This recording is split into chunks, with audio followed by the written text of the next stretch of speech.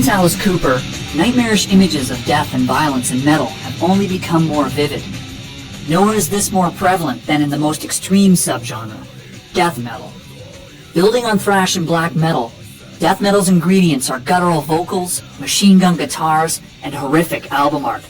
The most infamous band in this subgenre is Cannibal Corpse. In Germany, the first 3 Cannibal Corpse albums are banned: Eaten Back to Life, Butchered at Birth, and Tomb of the Mutilated. Any songs from those records cannot be played by the band live. They're also banned in New Zealand, the first 3.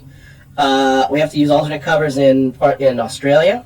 A lot of stuff is banned in Korea. There's evidence to demonstrate that the average young person growing up today sees more violence through popular culture than ever would occur in real life. This is being marketed in many instances to young people, particularly teenagers, who won't have the social context. They don't have the background of how violence has informed our human condition over the years. And so what they're left with is the glamorization of weapons and violence as a form of conflict resolution.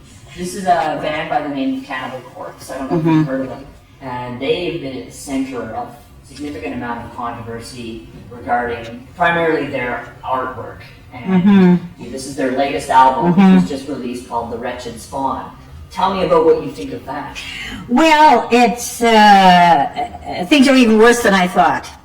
You've obviously uncovered some of the latest leading-edge examples of what's out there in the music world. I mean, I just can't see how responsible societies could turn a blind eye to this kind of thing being sold and marketed to young people as a form of harmless entertainment. First time somebody who knows nothing about the death metal scene, the first time they see, you know, one of our album covers or something like that, you know, it's going to shock them. If it doesn't, then, you know, we're not, you know, we didn't make a very good album cover. It's art. Just look at it as art. You know, yeah, it's disgusting, but I mean, there are lots of things. You go to the Vatican and look at some of the art there.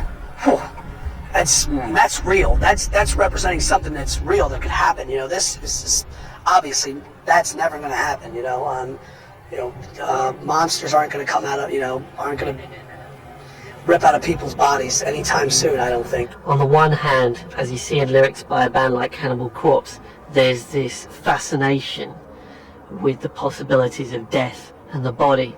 On the other hand, there's this terrifying fear of it. There's an almost obsessive desire to explore that which is dangerous, that which is scary, that which points towards obliteration, formlessness, a delight in exploring the body in its ways of being cut up, destroyed, mutilated. That's a very primal desire that we all have. There does seem to be a connection between how acquainted we are with our own mortality and how much we want to see mortality and death expressed in our art and culture. If you look back a few generations, you'd expect within your family several of your siblings to have died. When these people died, they would be laid out in the front room. You'd go and see them there. Then afterwards you'd probably sit down to a meal and where you'd be eating meat, and you'd be well aware that this slab of whatever it was had been living and breathing a few days back, and it might very well have been you that cut its throat. You knew that death is part of the very essence of life, and as we've begun to forget this, we seem to crave images of death and fear more and more. I don't really have a good reason why I craved images of death or mutilation when I was younger, but I do remember sitting on the bleachers after school. My buddies and I, we used to compete to see who could come up with the most brutal metal lyric. And my favorite was Autopsy's Charred Remains. I'll just read a bit for you because I think you'll enjoy it. Burning from the inside out, bloody foam spews from your mouth. Smell the putrid stench of flesh as it burns you to your death. And like afterwards, we would always just like have like total round of high fives. Like, yeah, man, that was fucking brutal. That was awesome.